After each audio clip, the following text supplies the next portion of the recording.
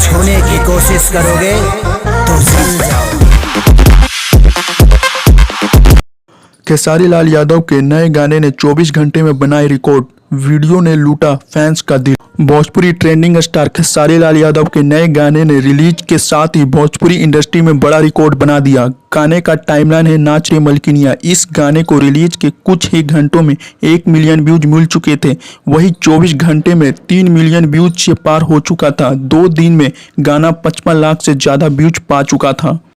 खेसारी लाल यादव का ये भोजपुरी गाना नाच रे मलकिनिया सारेगामा हम यूट्यूब चैनल से रिलीज किया गया था। यह गाने का शूट काफी महंगा बताया जा रहा है। गाने का वीडियो देखकर क्वालिटी का अंदाजा लगाया जा सकता है। रिलीज के साथ ही वीडियो तहलका मचा रहा है।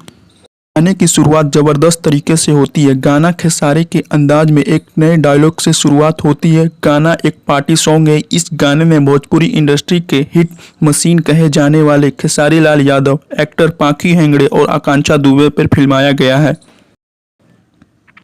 इससे पहले भी पाखी हेगड़े और खेसारी साथ नजर आ चुके हैं। इस गाने के वीडियो में भी लोग इन दोनों की कमेंट्री काफी पसंद कर रहे हैं।